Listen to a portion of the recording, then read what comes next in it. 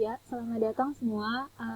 Kita lanjut lagi untuk materi minggu ini. Kita masuk ke yang namanya membuat sebuah objek bergerak atau berjalan sama membuat sebuah list. Nah, terakhir kita sudah sampai ke pemformatan teks dan memasukkan gambar ya.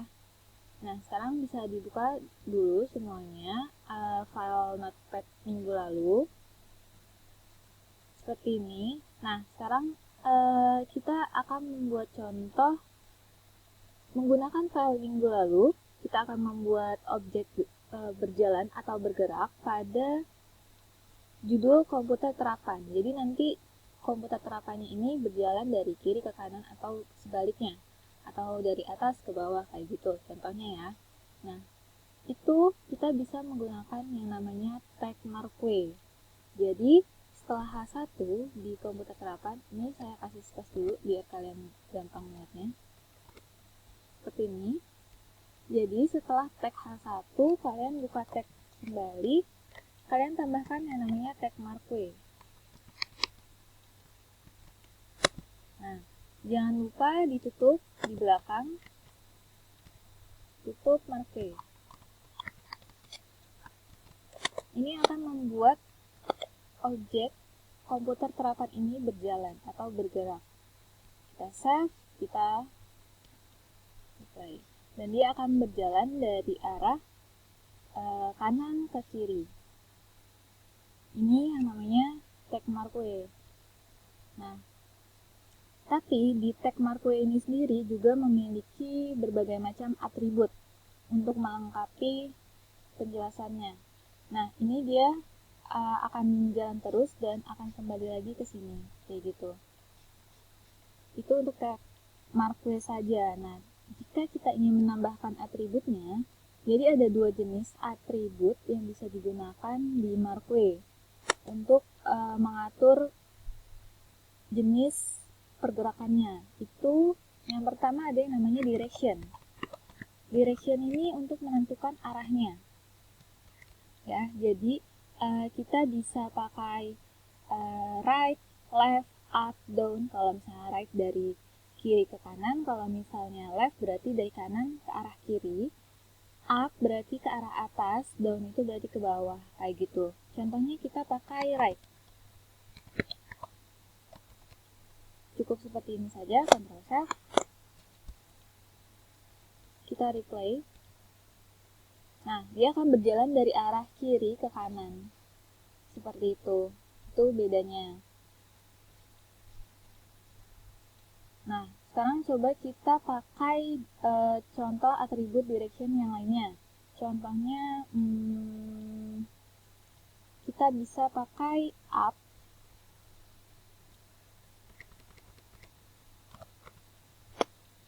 Ctrl Save.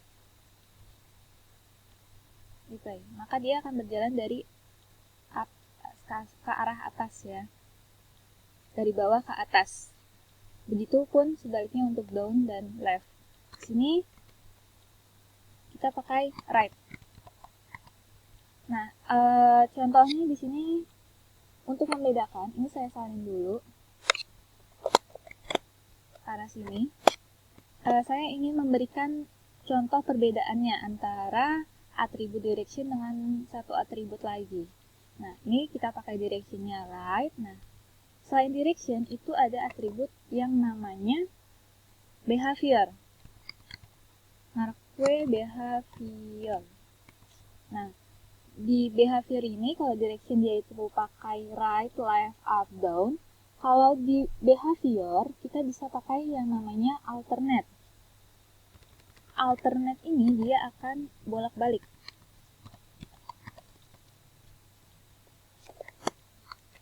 Kita save, kita coba. Nah, kalian perhatikan, ini yang tag behavior, yang ini yang direction pakai yang kanan.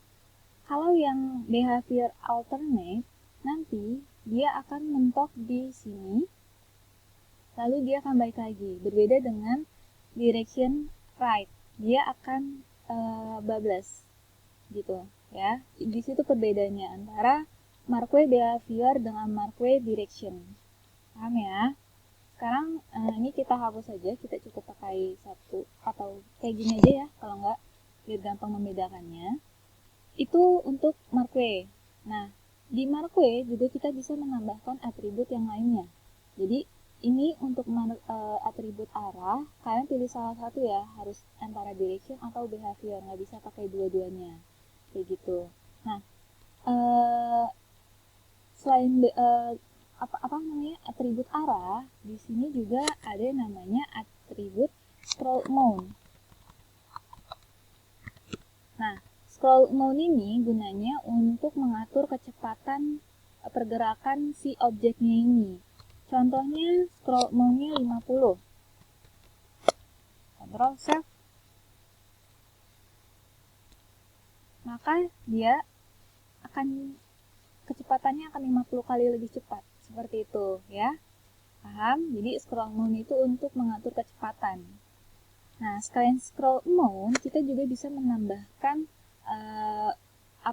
background warna di belakang tulisannya. Itu pakai BG color. Contohnya kita pakai green contohnya.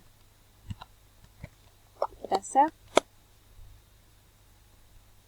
Maka dia akan memberikan background warna green di belakang tulisan judul komputer terapan ini. Seperti itu. Paham ya? Jadi itu untuk contohnya. Itu untuk Marquee. Selanjutnya kita lanjut ke pembuatan list. Di sini saya kasih break P dulu. Saya mau double space. Terus abis itu kita masuk ke materi list. Nah, di list ini ada dua jenis. Yang pertama order list. Ini saya kasih catatan ya. Ini note saja. Ini untuk note. Jadi kalian gak usah kalian tulis di komputer kalian ya. Jadi ini cuma sebagai note saja. Order list ini dia berupa huruf dan angka. Jadi kalau kalian di Word itu ada yang namanya numbering, ya kan? Untuk membuat urutan kayak 1, 2, 3 atau I Romawi, 2 I Romawi, atau bisa juga A kecil, A besar, seperti itu. Nah, itu yang dinamakan dengan urutan order list. Jadi, urutan order list ini adalah untuk mengurutkan berupa huruf atau angka. Contohnya A kecil, A besar, terus ada I. I ini kan bisa jadi I1, I2, I3 kayak gitu kan. Terus ada I Romawi. Ada 5. A kecil, A besar, I Romawi kecil, I Romawi besar, dan satu lagi itu dia ada 1, angka 1 ya. Jadi 1, 2, 3. Nah, itu termasuk ke dalam order list. Sedangkan kalau yang berupa simbol yang semacam titik, kotak, itu dinamakan dengan unordered list. Unordered list. Ini berupa simbol, yaitu namanya itu ada disc, circle, dan square. Jadi ada 3 jenis, disc, circle, dan square. Nah, untuk penggunanya kayak gimana? Ini kita double P lagi. Contohnya untuk penggunaan order list. Di sini untuk order list berarti pakai tagnya adalah OL. Order list itu artinya OL. Contohnya kita pakai contoh nama-nama jurusan ya. Nama-nama jurusan menggunakan order list. Contohnya seperti ini. Ini untuk judulnya. Jadi judul si listnya ini apa? Misalnya nama-nama jurusan menggunakan order list. Nah, di dalam OL ini juga ada apa ya, list-listnya. Nah, itu listnya ini dinamakan dengan tag li atau isiannya. Jadi isiannya apa? Contohnya informatika. Contohnya ya. Jangan lupa ditutup. Nah, ini kita copy saja.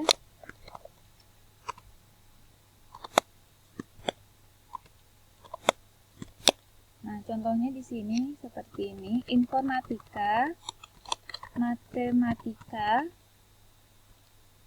terus contohnya bahasa Indonesia. Nah, misalnya ada 3 jurusan. Terus jangan lupa kita tutup OL-nya. Ya. Jadi setelah dibuka jangan lupa ditutup. Ini untuk contoh order list. Kita Ctrl Save dulu. Nah, di sini saya lupa kasih break ya.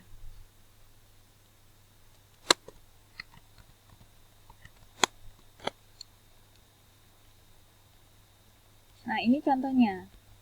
Jadi kalau untuk order list, dia ini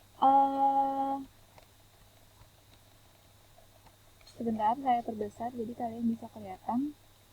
Nih, di sini kalau untuk order list dia berupa angka untuk defaultnya atau aturan dasarnya. Di sini kan order di sini ada A kecil, A besar, I kecil, I Romawi dan 1. Dia defaultnya ini angka 1 2 3.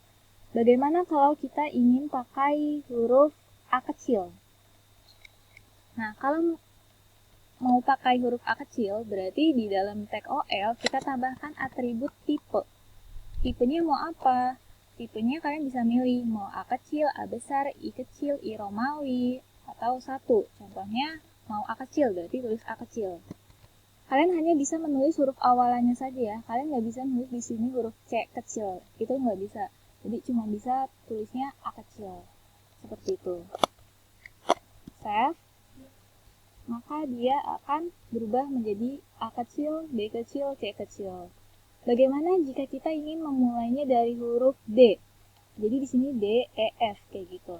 Nah, itu seperti apa? Berarti di dalam tag OL kita tambahkan atribut yang lainnya namanya start.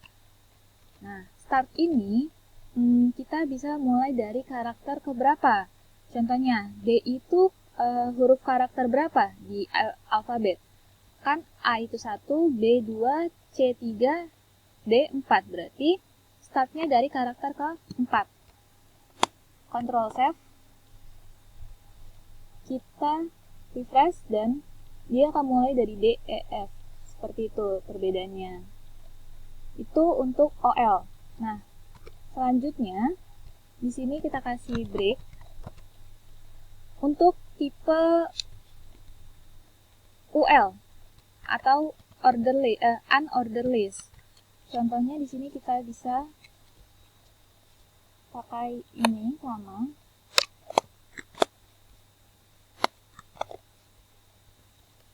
Saya tambahin unordered list. Nah, isiannya juga sama ya. Biar cepat aja.